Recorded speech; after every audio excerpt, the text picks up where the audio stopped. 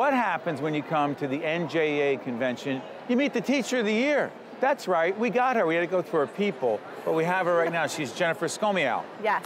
Who is 2018-2019 New Jersey State Teacher of the Year and Career and Technical Education Teacher at Moris County School of Technology. How you doing? Amazingly well. And by the way, when you found out that you were the Teacher of the Year, you thought, what took so long? No, I thought they've got it wrong. Come on. I did. So I got an email that said, sorry, but not you. And then the commissioner came to my school and they pulled me into a meeting. The Commissioner of Education? Yeah. Go ahead. I interrupted. Go ahead. Tell the story. So I get called down to the superintendent's office.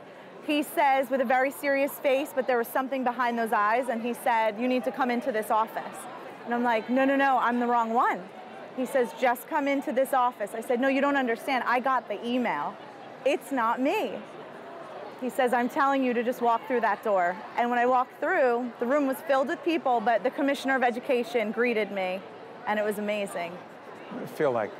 Well, first, after I convinced him that it wasn't me, and he convinced me that it was, I just still believe, you know, that I'm here to represent all of the amazing teachers, so it's easier to say that than it is to think like you were the one chosen. Yeah. I'm just here to represent everyone. Were you born to be a teacher? I think so. Because? I think there is something within you that makes you the one for something like this. Like, I don't think I could be in any other career path. I don't think I could wake up every morning excited to go work with my students. I think that this is why I'm in this career path. It was just something within me. Hold on, you were babysitting, you started doing some tutoring.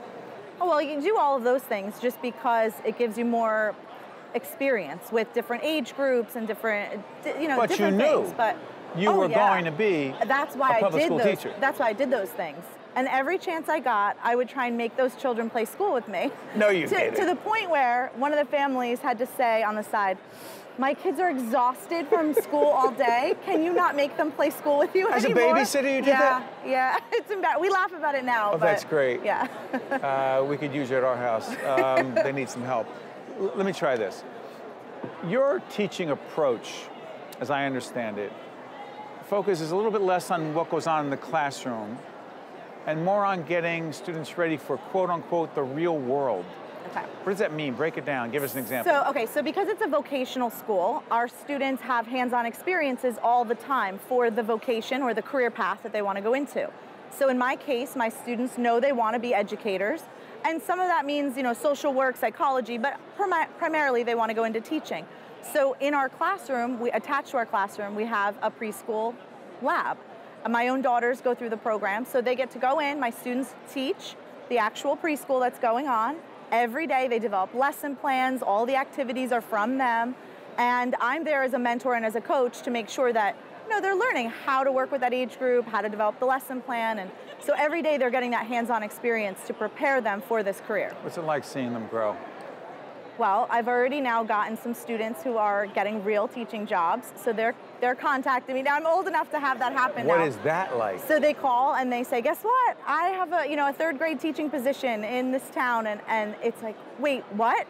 And then I think, that's great, you work so hard, and they say thank you to me, and I'm just, it's not me, it's really their rewarding. hard work. It's so rewarding.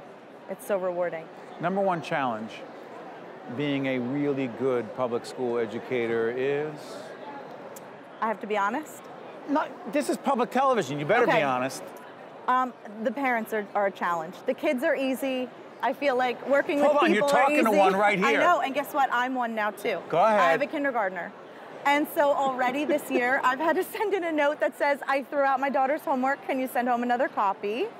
I've had to say... You too? Yeah. I've done it. My wife has done it. Go ahead. We had company coming, so I cleaned house, and there goes the homework. But I've had to say to her, my child's going to be absent, and then revoke that. Oh, sorry, things change. And I'm like, I'm the annoying parent. But the parents it's just different. And we're with their kids all day long, and we have a different approach than what they have at home. So sometimes we don't always see eye to eye.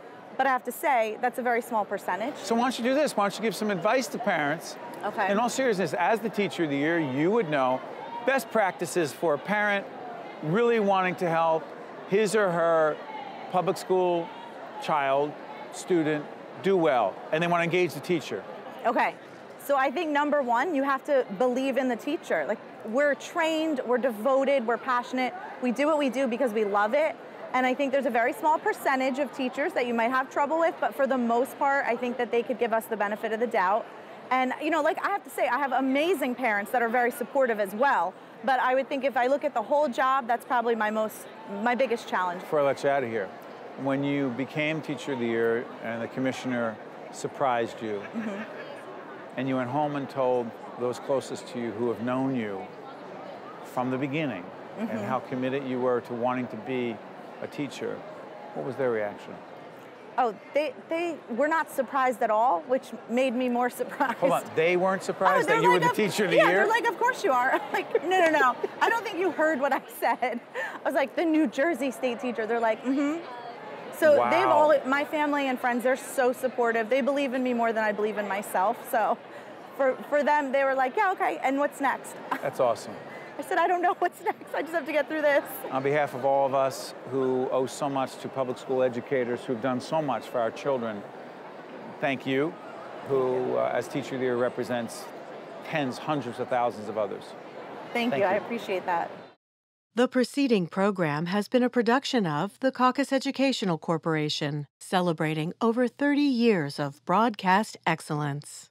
Funding for this edition of Caucus New Jersey has been provided by Rowan University, New Jersey Sharing Network, Horizon Blue Cross Blue Shield of New Jersey, Englewood Health, NJM Insurance Group, the Turrell Fund, supporting right from the start NJ, and by the Robert Wood Johnson Foundation.